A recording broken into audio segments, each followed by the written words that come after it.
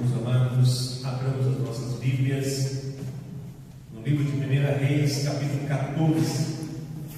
Nesta manhã, eu quero compartilhar com os irmãos algo que Deus fez e ninguém pode questionar. 1 Reis 14, nós vamos ler do verso 1 ao verso 20, para que nós possamos compreender o agir de Deus na vida do seu povo, assim como Deus também age na vida da igreja. E é essa parte mais importante. Nós não podemos de forma alguma limitar o agir de Deus da forma que Ele quer. Em conversa com alguns irmãos, olhando para a história da igreja, a gente não pode se lamentar, nem pode entrar num ponto de muitas vezes até questionar o porquê das coisas e como elas se desenrolaram, porque a gente tem que lembrar que tem um Deus que cuida do seu povo e da sua igreja, e Ele não cochila, Ele não dorme, Ele não pestaneja, nada foge do controle da mão de Deus. E para isso nós vamos dar uma olhadinha no que aconteceu em 1 Reis. Acompanhe aí na sua versão. Eu vou estar lendo aqui na NVI, e os irmãos podem acompanhar. Diz assim a palavra do Senhor: naquela época, Abias, filho de Jeroboão, ficou doente, e este disse à sua mulher: use um disfarce para não ser reconhecida como a mulher de Jeroboão, e vá a Siló, onde vive o profeta Aías, aquele que me disse que eu seria rei sobre este povo. Leve para eles 10 pães, alguns bolos e uma garrafa de mel. Ele dirá o que vai acontecer com o menino. A mulher de Jeroboão atendeu o seu pedido e foi à casa de Aías em Siló. Ora, Aías já não conseguia enxergar, tinha ficado cego por causa da idade. Mas o Senhor lhe tinha dito: a mulher de Jeroboão está vindo para lhe perguntar acerca do filho dela, pois ele está doente. E você deve responder-lhe assim e assim. Quando ela chegar, vai fingir que é outra pessoa. Quando Aías ouviu o som dos passos junto à porta, disse: entre mulher de Jeroboão, porque esse fingimento fui encarregado de lhe dar más notícias. Vá dizer a Jeroboão que é isto que o Senhor, o Deus de Israel, diz: tirei-o dentre o povo e o tornei líder sobre Israel, o meu povo. Tirei o reino da família de Davi e o dei a você, mas você não tem sido como o meu servo Davi, que obedecia aos meus mandamentos e me seguia de todo o coração, fazendo apenas o que eu aprovo. Você tem feito mais mal do que todos os que viveram antes de você, pois você fez para si outros deuses, ídolos de metal. Você provocou a minha ira e voltou as costas para mim. Por isso trarei desgraça à família de Jeroboão. Matarei de Jeroboão até o último indivíduo do sexo masculino em Israel, seja escravo ou livre. Queimarei a família de Jeroboão até o fim, como quem queima o esterco. Dos que pertencem a Jeroboão, os cães comerão os que morrerem na cidade, e as aves do céu se alimentarão dos que morrerem no campo. O Senhor falou: quando a você volte para casa, quando você puser os pés na cidade, o menino morrerá. Todo Israel chorará por ele e o sepultará. Ele é o único da família de Jeroboão que será sepultado, pois é o único da família de Jeroboão em quem o Senhor, Deus de Israel, encontrou alguma coisa. O Senhor levantará para si um rei sobre Israel, que eliminará a família de Jeroboão. O dia virá. Quando? Agora mesmo. E o Senhor ferirá Israel de maneira que ficará como um junco balançando na água. ele desarraigará Israel desta boa terra que deu aos seus antepassados e os espalhará para além do Eufrates, pois provocaram a ira do Senhor com os postes sagrados que fizeram. E ele abandonará Israel por causa dos pecados de Jeroboão, que Jeroboão cometeu e tem feito Israel cometer. Então a mulher de Jeroboão levantou-se e voltou para Tirza. Assim que entrou em casa, o menino morreu. Eles o sepultaram e todo Israel chorou por ele, conforme o Senhor predissera por meio do seu servo, o profeta Aías. Os demais acontecimentos do reinado de Jeroboão, suas guerras e como governou estão escritos nos registros históricos dos reis de Israel. Até aqui. Essa leitura tem muito a nos ensinar, porque isto se deu depois que o Senhor entregou a Jeroboão o reino do norte. Agora, por que Deus permitiu que o reinado ou o território fosse dividido? Por conta de pecado. Não importa começar bem, importa terminarmos bem.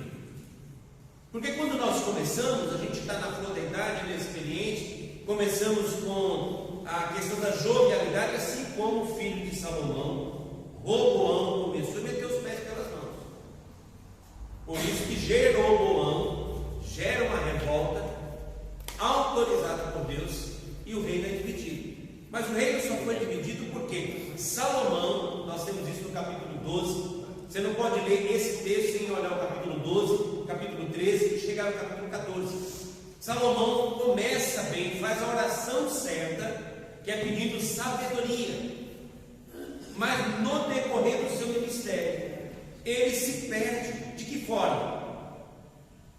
Diferente do seu pai, que era um guerreiro e que enfrentou muitas guerras, e por ter muito sangue nas mãos, Deus não permitiu construir o templo. Foi seu filho Salomão que construiu. Ele não adota a mesma estratégia do pai de guerras. O que ele faz? Ele continua estabelecendo as guerras, mas com uma estratégia: conquistar os reinos vizinhos, mas sem derramamento de sangue. Então ele olha lá para aquela região e lá tem um rei, tem um povo, tem uma nação. O que ele faz? Ele casa-se com a filha do rei, e com isso ele foi expandindo as fronteiras. Se tem uma coisa que Deus já colocou para mim e para você, nós não podemos ter a nossa esperança, força, vitória em cavalos, não, e também não é dado ao homem essa questão de muitas mulheres. Uma só é o suficiente para eu e você aprender o que Deus quer na nossa vida. Bom, porque é para amarmos esta mulher como Cristo amou a igreja. Então, não dá para você sair amando 1000 mulheres e não sei quantas concubinas, como ele fez. E com isso, ele fez com que a nação de Israel entrasse num momento de idolatria nunca antes visto. Ele olhava para a número 420, ela estava triste. E como todo marido, chegava lá: mas 420, por que você está triste? Justamente nesta época, lá na minha terra, está tendo uma festa. Quem é do Nordeste sabe, você tem festa de São José, Santa Luzia, Santo isso, Santo aquilo outro, um monte de festa. É a época da chuva, é a época do casamento, é a festa de São Pedro, tem um monte de festa no Nordeste. Não é assim? Então, para ela não ficar triste, o que ele fazia? Criava um poste ídolo, um altar em homenagem àquela 420. A outra, 500 e pouco, também ficou vendo o que aconteceu, quero um, quero. Daqui a pouco a nação de Israel tinha mais postes ídolos, idolatria e prostituição e adultério, no sentido de religiosidade, que Deus não suportou isso. Nessa ocasião, Jeroboão é filho de uma viúva de Zereda, e ele é um homem habilitado e para trabalhos forçados. O que faz Salomão? Coloca ele como líder dos homens de trabalhos forçados. E ali há uma revolta, e ele acaba se desentendendo e ele foge. Na hora que ele está fugindo, está lá no capítulo 12, na hora que ele está fugindo, o profeta Elias o encontra e diz para ele: Deus mandou te dizer isso, vou rasgar o meu reino. E ele pega a capa e rasga em 12 pedaços e entrega 10 pedaços para Jeroboão. 10 pedaços para Jeroboão. E falou: não vou tirar da herança de Davi a tribo de Judá, em fidelidade a Davi. Em fidelidade a Davi. Olha como Deus trabalha. Deus não estava concordando com o que estava acontecendo. Quando nós olhamos para a igreja, seja de Ney Carvalho, seja a de Vila Ramos, seja a do Jardim Nordeste, seja do Jacuí, muitas vezes a gente fica tentando buscar respostas para o que Deus está desenhando no meio do seu povo. E a gente não pode esquecer que Deus está no controle de todas as coisas. Por isso eu creio que o pastor dessa igreja está escolhido. Ponto. E ontem eu falei para algumas pessoas que foram na posse do pastor Ei, eu falei assim: vamos preparar a posse da igreja, já começar a pensar em tudo que vai ser realizado para aquele momento de festa, porque Deus continua sendo Deus na história, e não vai ser diferente com a sua igreja hoje. Mas Roboão assume o lugar do pai no sul, e Jeroboão assume as 10 tribos no norte. Roboão tenta guerrear contra Jeroboão e vice-versa, e Deus não permite que haja morte. Deus para e fala: não levante armas contra o reino do sul, nem revide. Para você ter uma ideia, ele está com 10 tribos, ele está com a força maior, ele está com um exército maior, ele tem condições de passar por cima do reino do sul, e Deus não permite. Mas Deus permite a divisão, Deus permite a cisão. Só que no capítulo 12, deixa eu ver se é o 12 ou é o 13, 38, se eu não me engano, deixa eu ver aqui, não, 12, 38, 12, 38, 13,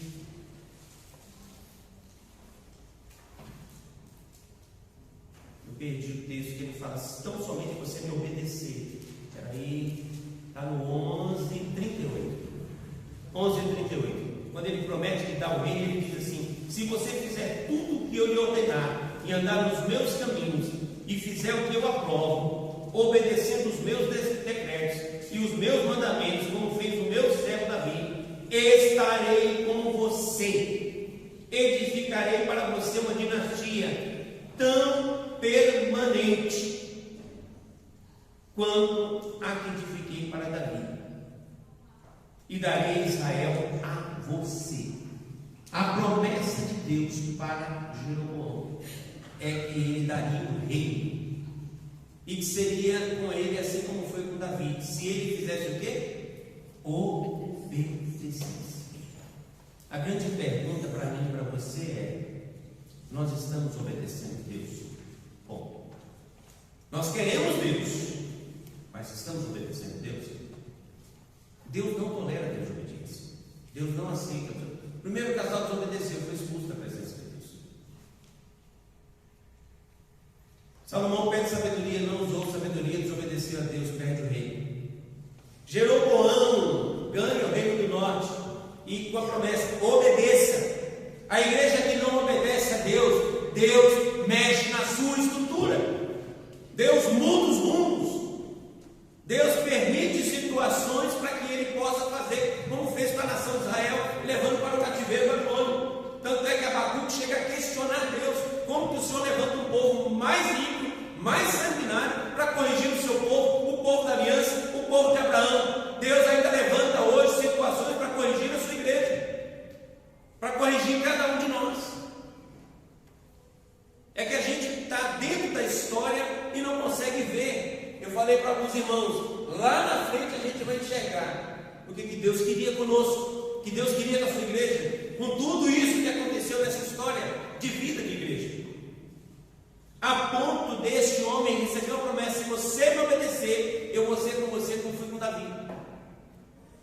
A soberba, o orgulho, a vaidade, como diz Salomão em Eclesiastes, que tudo é vaidade, faz com que eu e você pequemos, faz com que eu e você a cada dia venha enfraquecer mais e mais na caminhada com Deus. Porque o que ele faz?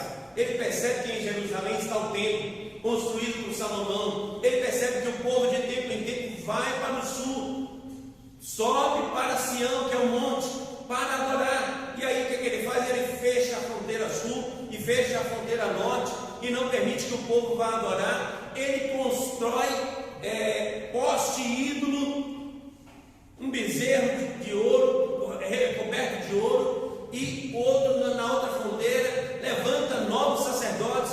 Você vai entender por que a mulher samaritana chega para Jesus e diz: vocês dizem para mim que a salvação vem de Jerusalém, mas nós aprendemos a adorar no Monte Gerizim. Ele ergue novamente uma estrutura de culto. Deus não pediu para mexer nessa história.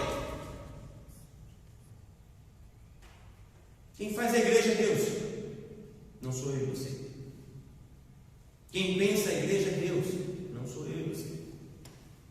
Quem define como deve ser adorado é Deus, não sou eu e você. E me perdoe o que eu vou falar. Os americanos fizeram muito por nós, mas também trouxe todo um modelo que não se aplica ao Brasil. Não se aplica ao Brasil. A economia lá é estável. A cada 4 pessoas que se aborda lá, 3 são cristãos. E hoje nós temos um esfriamento, tanto na América como fora da América, no berço que é a Europa, pessoas se declarando ateu de fora a fora, tendo nós que enviar hoje pastores missionários para esses lugares. Por isso nós temos junta de missões mundiais. Deus está agindo nisso. Quando nós começamos a dizer como Deus tem que ser e fazer, ou quando nós levantamos estruturas e essas estruturas passam a ser aquilo que eu entendo que tem que ser, aonde foi que Jeroboão ouviu que ele tinha que fechar fronteira, que ele tinha que eleger novos lugares de adoração? Ele chegou ao ponto de dizer que foi aquele bezerro de madeira coberto de ouro que tirou eles do Egito. Deus falou para ele: se você me obedecer, eu serei com você. E o que foi que ele fez? Tudo o que Deus não quer. Nós corremos o mesmo risco, porque a história da Bíblia e dos personagens da Bíblia é para que eu e você enxergue a minha e a sua pessoa e não caia nos mesmos erros. O adultério de Davi está ali para eu e você não cair em adultério. A ganância de posição que Ananias e Safira também tiveram é para que eu e você não caia nessa brincadeira. A negação de Pedro é para que você e eu em algum momento lembre que as nossas atitudes podem negar Jesus. O orgulho de Pedro dizer: não, o Senhor não vai me lavar. Imagina! E Jesus disse: se você não deixar, você não tem parte comigo. Tem crente hoje que quase que dita as regras para Deus agir no meio do seu povo e no meio da sua igreja. O que está acontecendo lá em Apocalipse, que Jesus chega e fala assim: eis que estou à porta e bato. O que eu aprendo ali? Jesus está fora da igreja. Tem gente que não deixa Jesus entrar. Porque se Jesus mudar o jeito de ser, a gente não gosta. Eis que eu estou à porta e bato. Se você deixar eu entrar, eu vou entrar, eu vou cear, vai ser festa. Mas a festa de Jesus muitas vezes nos incomoda, até porque a igreja de Jesus não seria aceita hoje. Mas não seria mesmo. A igreja do tempo de Jesus, formada por leprosos, coxos, cegos, prostitutas, endemoniados, jamais seria aceita hoje, porque hoje nós temos a igreja dos santos. E Deus me perdoe. Pó, porque eu sou pó, eu vou voltar para o pó. Não tem outro. Então, voltando aqui para a história, ele fez isso. esqueceu de Deus. Acontece algo na casa dele, que é o que acontece na minha e na sua vida. Alguém adoece, o filho dele adoece. Abias ainda era do tempo que ele era fiel a Deus. O nome do filho, o Senhor é o meu Deus. Abias foi o único que teve um sepultamento digno. Na hora que vem uma enfermidade, na hora que vem uma adversidade, na hora que vem uma luta sobre nós, a gente lembra que existe Deus. Aí o meu título de pastor não serve, o meu título de diácono não serve. Nessas horas a gente se humilha e começa a pedir: Senhor, tem misericórdia na minha casa, tem misericórdia na minha família. É quando a gente abre um documento do médico, um diagnóstico, e traz uma notícia e tira o chão da gente. Aí a gente lembra que existe Deus. Ele era rei, ele tinha todos os recursos, ele poderia buscar os recursos da medicina da época onde ele quisesse. Mas chega um ponto que ele para e fala: mulher, vai até Siló. Não vou entrar nem no mérito dele mandar a mulher ir, da mulher ser submissa, que é outra discussão, mas esta mulher é a única que entra calada nessa história, sai sem falar nada, e foi a única que obedeceu a Deus. Foi a única que ouviu a voz de Deus e viu comprovar daquilo que Deus fez. Ele ainda manda ela ir disfarçada, porque ele não quer revelar a sua humilhação e ele não quer abrir mão da sua soberba. Não quer abrir mão da sua soberba. Vai disfarçada para que ninguém descubra que você é mulher do rei, de Jeroboão. Sabe aquela ideia do rei? Quem é rei quando a doença bate na nossa porta? Quem é rei quando o filho da gente morre? Quem é rei quando a gente está com um problema que a gente não sabe como vai resolver? O que adianta um título de rei? Trazendo para nós, o que adianta um título de primeira? Não vai fazer nada. Deixa eu falar uma coisa para você. Tem muita gente hoje que vem a Deus disfarçado de humildade, disfarçado de bom moço, boa moça, de piedade, de um crente em Jesus Cristo. A gente aprende a falar como um crente em Deus. Se papagaio aprende a falar, imagina o ser humano. A gente fala como um crente, a gente veste como um crente, a gente tem capete de crente, a gente cumprimenta como um crente, é bênção para lá, é abençoado para cá, ou glória, ou irmão, ou não sei o que. Essas papagaiadas me deixam enojado, porque diante de Deus eu não consigo esconder quem eu sou. Ela foi disfarçada, ela leva uma miséria de oferta, porque ela era uma rainha. Para o profeta levar 10 pães e alguns potes de mel, ela poderia ter levado a riqueza, o ouro, tudo que é pedra preciosa. Era comum reconhecer o líder, era comum abençoar, como ainda é comum hoje, honrar aqueles que Deus levanta. E a igreja não perde em nada em honrar seus pastores, seus líderes. A obra missionária espalhada na face da terra, a igreja não impede nada. Mas vir com uma conversa disfarçada para diante de Deus. O que foi que aconteceu com Ananias e Safira? A pergunta foi: você está enganando a gente? Você está enganando ao Pai que está no céu.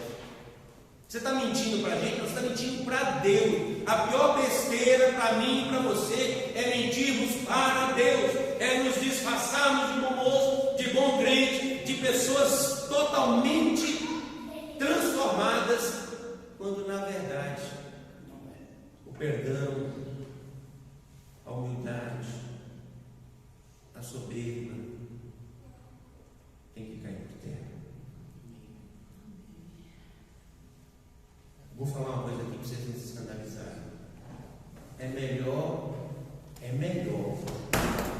um não crente no seu pecado do que um crente que mente para Deus. Porque ele lá fora está sendo fiel ao seu conhecimento. Ele não adora a Deus, então ele faz o que ele bem entende, sem culpa, porque ele não reconhece Deus como Senhor e Salvador. Um ateu, na sua incredulidade, fazendo o que bem entende, ele está certo, porque ele não crê em Deus. Agora, alguém que crê em Deus e não vive Deus, misericórdia. Uma igreja que diz igreja de Deus e não vive os valores de Deus, misericórdia. Quando essa mulher volta para casa, a maior prova de que Deus estava falando a verdade é quando ela pisa na soleira da sua casa, seu filho morre. E Deus tira o reino de Jeroboão, porque todos foram morrendo, e só o sexo masculino, para ele não ter descendente. Para ele não ter descendente. Hoje, uma das tristezas maiores que os crentes têm é de não ter os seus filhos na igreja. Boa parte dos filhos não estão caminhando com Jesus. Sabe por quê? Porque a gente não apresentou Jesus. A gente não apresentou Jesus. A gente apresentou modelos. A gente apresentou formatos. A gente apresentou bandeiras. Não foi isso que Deus mandou construir. Paulo diz: sede meus imitadores como eu sou de Cristo. Um imitador de Cristo chega a ser confundido com Cristo, chamado de cristão, porque ele não vive mais. Paulo diz: não vivo mais eu, mas Cristo vive em mim, e a vida que agora vivo na carne, eu vivo ela na fé daquele que me amou. Eu e vocês somos chamados para ser embaixadores do Rei, e ser embaixador do Rei é não ter mais vontade própria, é o que nós vimos na aula de hoje. Não sou mais eu quem vive, é Deus que controla, é a pessoa da Trindade na nossa vida. Aí nós vamos entender como é que Deus vira a chave. O que aconteceu? Levantou os assírios, o reino do norte foi destruído, nunca mais voltou a existir o reino do norte. O reino do sul foi preservado até o cativeiro babilônico. E passados 70 anos eles voltam para a terra. Deus permite deserto, Deus permite cativeiro, Deus levanta pessoas, Deus tira pessoas para que a sua vontade continue. Eu amo e peço a Deus que me dê isso. A fala de João Batista. A fala de João Batista tem que ecoar no meu e no seu coração. Quando os discípulos vão para João antes dele ser decapitado e ele está preso: João, a nossa turma está seguindo ele, o Nazareno. O que foi que João Batista disse? Importa que eu diminua e que ele cresça. Quanto mais nós nos diminuirmos, mais Jesus vai aparecer. Quanto mais nós nos calarmos, mais Jesus vai falar. Quanto mais atrapalharmos, Jesus não opera. Eu tenho falado para Belarus: não atrapalhe Deus. Você não é o Espírito Santo para converter ninguém. E você não é querubim, serafim ou qualquer outra coisa para dizer o que pode ou o que não pode. Você é filho, e filho obedece ao pai. Jeroboão passou por isso, recebeu um reino. Deus deu e Deus tirou. Deus faz isso com a igreja, dá momentos, tira momentos para corrigir a gente, e aí a gente tem que fazer as leituras. O que Deus quer conosco? O que Deus está falando conosco? Do nosso jeito está certo? Ou do jeito de Deus é que está certo? Eu entendo que ainda é do jeito de Deus. Nada pode impedir o agir de Deus. Amém. Que Deus nos abençoe. Amém. Nós já